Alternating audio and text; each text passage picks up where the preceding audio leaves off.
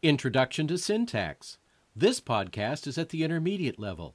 It requires some knowledge of Accordance Bible software and a working knowledge of either Hebrew or Greek. 2 years ago, Accordance began working on its syntactical modules for the Greek New Testament and the Hebrew Masoretic text. Though both modules are still incomplete, they are available for purchase now, with automatic updates as soon as additional books pass their final proofing. Combining cutting-edge linguistic theory and Accordance's rightfully famous ease of use, these modules offer scholars brand new ways to search and analyze texts. The syntax tree displays, syntactical searches, and analyses all require Accordance 9 tagged original language texts and their corresponding syntax modules. Once the syntax modules are installed, this icon will appear in the search window. Users must use it to open the modules as they do not appear in the library window.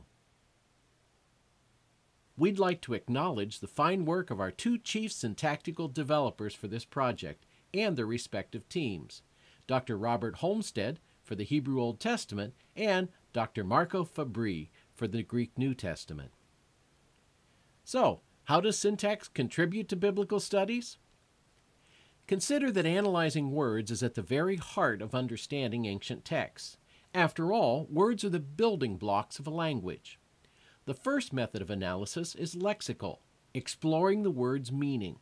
This includes the word's etymology or origin, including its cognates and related languages, its historical use, its range of meanings, denotation, and its emotional weight or connotation. For example, whether it's a compliment or an insult. This kind of information is found in a good lexicon, a Bible dictionary, or a word book, and Accordance offers a fine array of all of these kinds of resources, targeted to different kinds of users. The second way we analyze words is grammatical. This can be broken down into two major methods. First, morphology, which deals with the precise occurrence of the word in a passage. Is this noun singular or plural? Is this verb past or present? Accordance provides these details in its tagged original language texts. The second method of grammatical analysis is syntactical, which deals with the organization of words into sentences and their function therein. Who said this? About what? And to whom? These are the details that appear in our new syntactical modules. Both of these methods help narrow the range of a word's meaning to what the author intended in this specific passage. Accordance displays syntactical information in two ways. First, it uses a syntactical tree to diagram relationships within sentences. Second, placing our cursor over a word now reveals its syntactical information in the instant details box, along with the morphological details. If we place our cursor over one of the abbreviations in the syntax tree instead, the entire syntactical unit is highlighted in the text, while the definition of that unit appears in the instant details box. The same sort of information is available in the Greek New Testament, though you can see here that I've chosen a horizontal orientation for this syntactic tree. Getting the most out of these new syntactical modules requires learning a little bit about current linguistic theory. It proposes that words are organized into two basic syntactical units, clauses and phrases. A clause is a syntactical unit with both a subject and a predicate, like a sentence.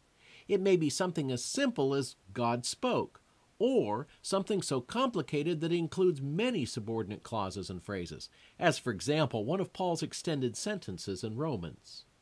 A phrase is a small group of words forming a conceptual unit, typically a component of a clause, like a prepositional phrase, for example, to the Israelites. Both of these units have a number of smaller subtypes. You knew it wasn't going to be that easy, didn't you? Before we cover these subtypes, it will be helpful if we define two very common terms.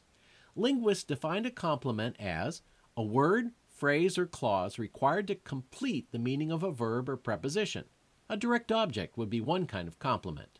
An adjunct, on the other hand, is a word, phrase, or clause that gives additional information about a noun or verb, but is not actually required. With that in mind, here are the subtypes of both clauses and phrases. The main clause is usually labeled N and is independent and non-speech.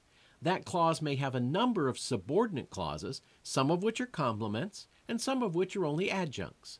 It may also introduce direct speech clauses, either in prose or in poetry. And finally, the normal flow of the sentence may be interrupted at any point by a parenthetical phrase. Phrases can either be subject or predicate, complement or adjunct. They can also be appositives, which is a phrase that restates the previous phrase in a way that elaborates on it. They are also rarely found as clauses, by the way. And notice that each of these has been color-coded to make identification easier, especially when using the syntactical tree. Linguists carry these functional distinctions through to the level of individual words, which may be classified in any of the following ways: subject, predicate, complement, adjunct, specifier, which means the definite article, appositive, vocative, exclamation or interjection, casus pendens, and parentheses. In addition, accordance tagging also identifies nulls, which means implied words, antecedents, for example, the antecedent of a relative pronoun, as well as unknown. Remember that the definitions of each one of these terms are found in Accordance's help. Of course, these new tools are fully integrated into Accordance's regular and construct searches. Here's an example of a search in Greek with an analysis graph of the results in John, and another in Hebrew. There's no need to learn a new interface either. The syntactical terms are integrated into Accordance's construct search window and its regular search window. Now, let's explore these new syntax modules for ourselves in Accordance. In this introductory podcast on searching by syntax, I thought I'd start with the basics. First, notice that I have BHS W4 displayed here in verses. I'm going to shift to a word search. Some of you may have noticed that in Accordance 9, the field and range options aren't always displayed. That's because they're concealed unless the pane is wide enough for these two options to appear. And when doing syntax searches, it's important that you choose a larger unit than a verse. I recommend a chapter, and of course we're going to restrict our search today to Genesis. In particular, what we're going to search for is Elohim, and notice that we have 219 hits in Genesis and 190 verses. Now that isn't a syntax search, that's just a basic word search. Let me display the syntax module here, which I can do using this icon, and for those of you who aren't quite as familiar with Hebrew as you would like, let me go ahead and add a key number Bible in parallel with that. And you can see here that everything works as it should with the cross-highlighting and all. Now, how about a syntax command? Well, why don't we search for places where Elohim appears as a subject, and only as a subject. I'll click again.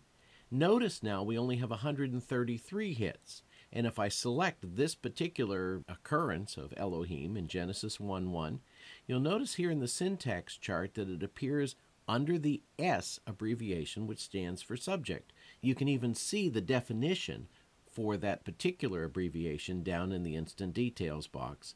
In addition, when I place my cursor over Elohim in the text, not only do I get the morphological information, but I also get the syntactical information. It tells me that God in this occurrence happens to be a subject.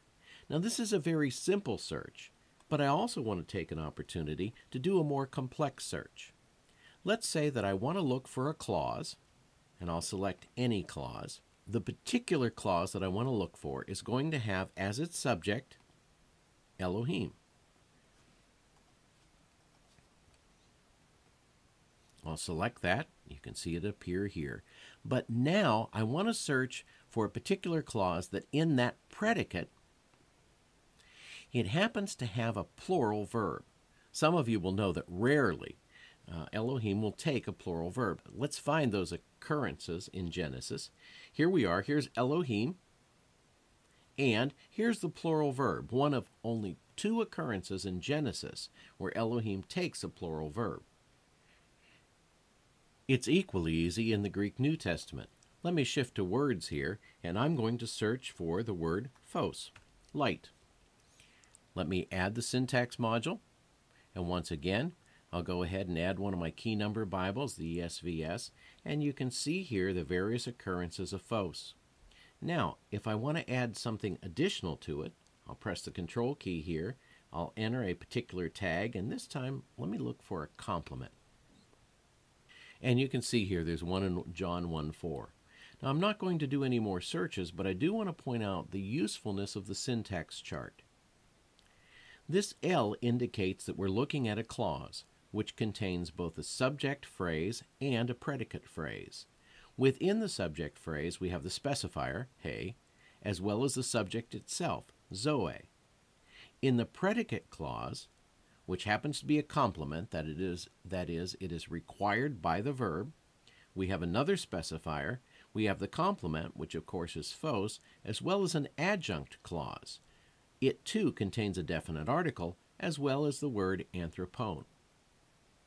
At each level, as I move between these various abbreviations, notice that they appear in the Instant Details box, and that particular phrase or clause is highlighted in the original language text.